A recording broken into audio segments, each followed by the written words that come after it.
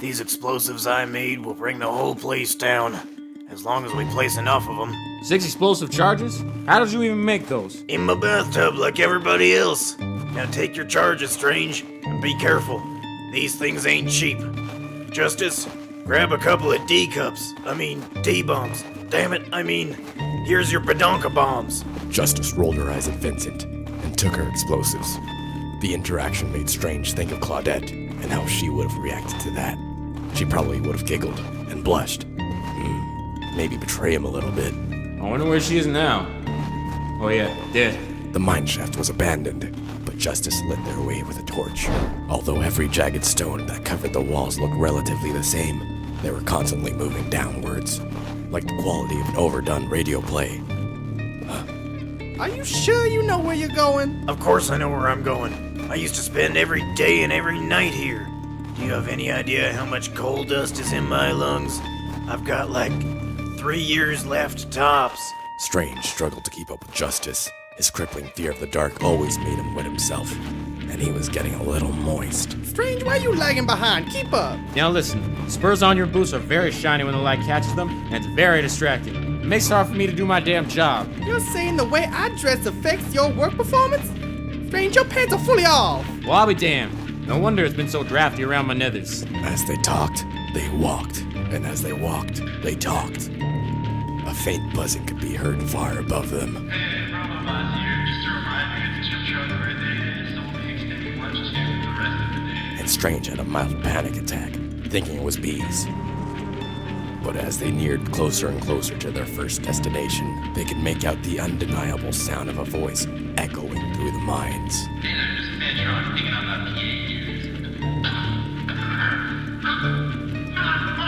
Well, that's a man's voice. No, that's a Tron. Tron Man. Let's go, dipshits. Vincent and Strange scrambled back to the light. I guess just a reminder, I've been hearing talks of phrases going around. You're not gonna get them unless you ask me really nicely. The sound of Mantron's voice was getting louder, and soon enough, they encountered a rudimentary speaker playing Mantron's voice. Mantron here. No, I'm just kidding, guys. It doesn't work that way. Get back to working treating bots. If he set up a PA system down here, it's safe to say he's got guards here too. We'll have to be careful not to alert them. A sudden ticking sound stopped Vincent in his tracks. Justice and Vincent slowly turned to look at Strange holding one of the explosives. The fuse lit as it counted down from 10. And this'll show him. Book it! Vincent and Justice bolted one way, diving for cover. Strange threw the explosive at what he thought was a spider, but was really another explosive, and ran down a separate passageway. An avalanche of stones and rubble cascaded down from the ceiling, blocking off Strange from Vincent and Justice. A faint alarm blared in the distance. Strange flailed back to the wall of rocks. Justice, Vincent, can you hear me? We're all right, Strange. I didn't ask if you were alright. I asked if you could hear me. My voice has been going, but whatever, I guess we can talk about you. Strange heard Justice rolling her eyes. Look, we can still do this, but the robots are coming. We gotta hurry. Justice and I will set the 2 western charges. You set the 2 eastern ones. It should still be enough force to bring the factory down. I don't know this place like you do. How will I know where to place him? Oh, you'll know. You'll know. Good luck, Strange. And hurry. Strange took off into the darkness, despite his fears and moistened thighs. There was a light at the end of the tunnel behind him, but he was scared he would die if he ran towards it. As Strange footsteps died away, Vincent turned to Justice. Wanna bang? Strange heard Justice roll her eyes once again. Okay. Charges. Where the fuck do I go? It might have been his panic, or the lack of light causing his eyes to see things that weren't there. But in the darkness, Strange could have sworn a shape was taking form. A snaky form. He started to hear a hiss. Strange, you look a little lost. Sergeant Slithers, thank God you're here. What do I do? Put on your pants. There's no time. The robots are coming and I need to set these charges. I need some advice. Preheat the oven to 375 degrees for the perfect lasagna.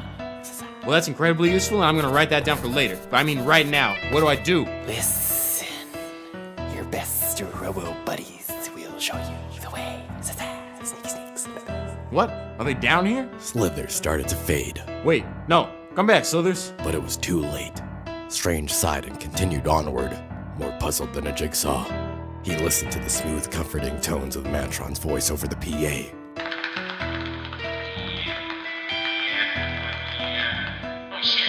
He could hear the clatter of robots behind him, in front of him, and above him. He stopped, listening. He recognized that voice. But from where?